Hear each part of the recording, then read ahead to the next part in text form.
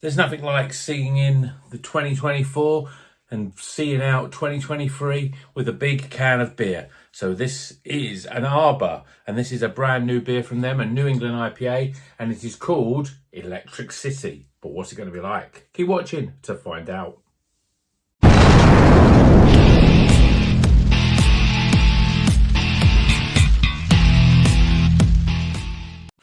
Welcome back to Rocker's Beer Review. Today we're going to Arbor and their Electric City. It's a brand new beer from them in this massive pint can. Bright, clear artwork, very distinctive of Arbor. And it's one of those breweries that, you know, I don't even think I put Arbor in my top 10 breweries, but I seem to sort of consistently drink quite a few of them. I think I'm just attracted to the fact that it's a massive can of beer and it just makes me want to buy it. But this is an IPA and it is 6.5%, and we've got Citra, Nectaron and Strata hops in it. Nice triple combination there. Nectaron, obviously the brand new sort of, I suppose, hype hop at the moment. And this beer, I'm going to have a little chat about this, I don't know if it's a rant, but it's just an observation really. So I bought this beer from a different beer shop that I normally buy in the centre of Chester. And it's coming in at £6.10. Now it's a pint can, it's an IPA, 6.5%. Probably say that's that's about right really. But Arbor usually make cheaper beers, and I've seen this on Trembling Madness for £5. That's like £1.11 cheaper. And it does seem there's a lot of bottle shops or and bars that are profiteering a little bit, because it's such a huge difference in prices of beer. I went into a new bottle shop in Chester, and I don't think it will last.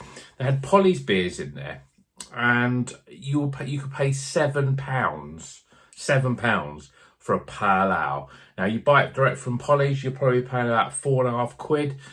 Pretty much similar for most of the sort of decent, again, Trembling Madness, Prost bottle shop. You'd be paying under £5 for a pale ale from Polly's. £7, that seems like a huge markup. So it seems like you've got to shop around for the right prices. And I think, when you find a good bottle shop, for me, it's Prost. That's my local, I say it's not that local to Chester. It's still, 10, 15 miles away.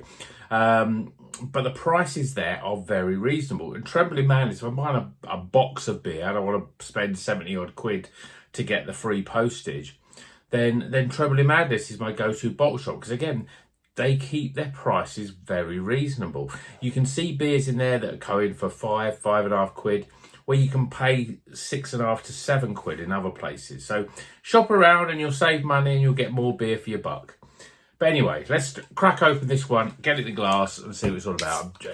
I'm reviewing this in that sort of no man's land in between Christmas and New Year. I think it will probably come out in 2024. I'm pouring it into a relatively new glass. I bought this one just before Christmas, and it's it's an IPA glass. But whereas my ones I've had in the past, and I actually did get a new one for Christmas, this is a full pint glass, where most of them are like the 3/4 glasses. So a big pint glass, perfect for an Arbor Ales beer.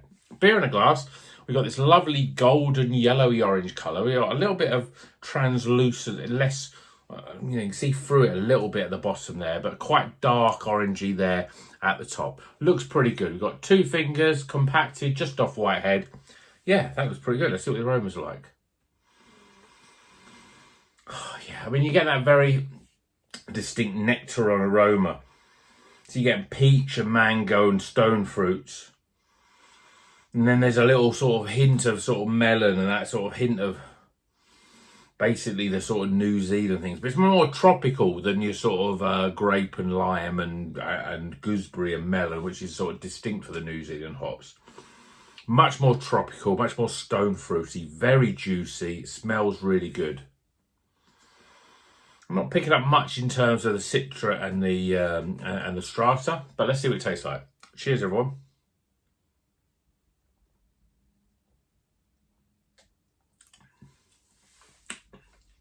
Well, I tell you one thing, you're picking up the Strata in the flavour. Strata for me is a bit of a Marmite hop. It's not my favourite sort of hop, but if I see it with 2 other hops that I know I'm going to like, I think it can give good balance to those other hops.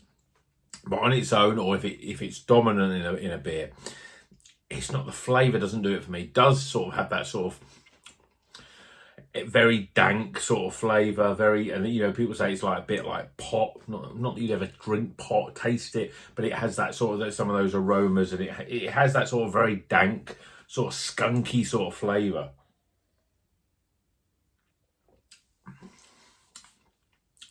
But there is some bright sort of citrus. There's orange, there's peach, there's apricot, mango coming in. Much more on the tropical sort of side, really. And fairly juicy, soft mouthfeel. Again, it's, you know, it's what you expect from an Arbor. It's very solid without being remarkable, but definitely a step up from a lot of the sort of IPAs that you can buy from supermarkets. Nice soft mouthfeel, nice levels of flavour and juice in there.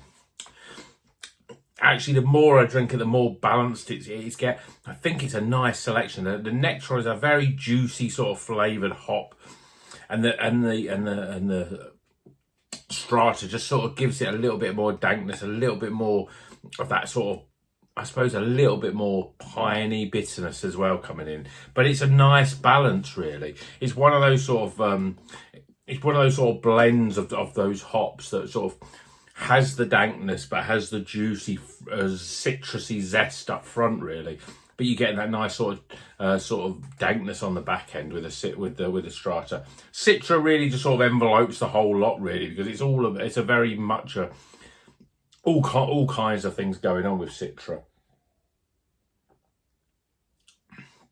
Yeah, it's a really good mouthful, actually.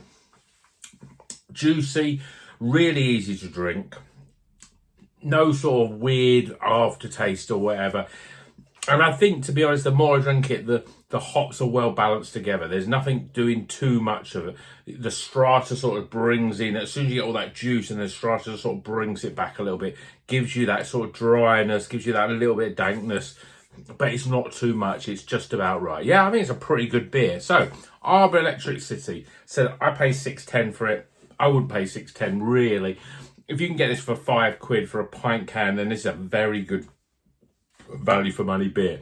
£6, yeah, I mean, again, you get a lot of beer. You're getting 568 mils. When you think 440 is standard mil, that's another, I'm sure I should do the maths for this, but I'd say that's at least another 20%, 25% even. Yeah, it's more than, 25% more than your normal beer. Another sort of quarter of a quarter amount more, if that makes sense. Yeah. So, you know, if you're paying £6 where you'd normally pay, say, you know, £4.80, then I think that's a pretty good value. But if you're paying £5, it's incredible value. And this is a good beer. I think this is really solid.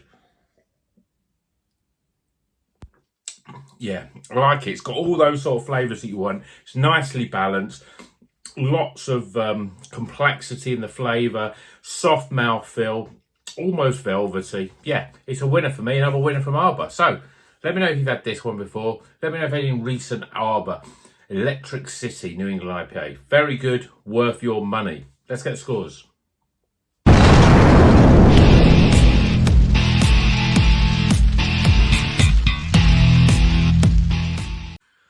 Okay, the scores are in for Electric City from Arbor. I love the can Arbor. It's very distinct.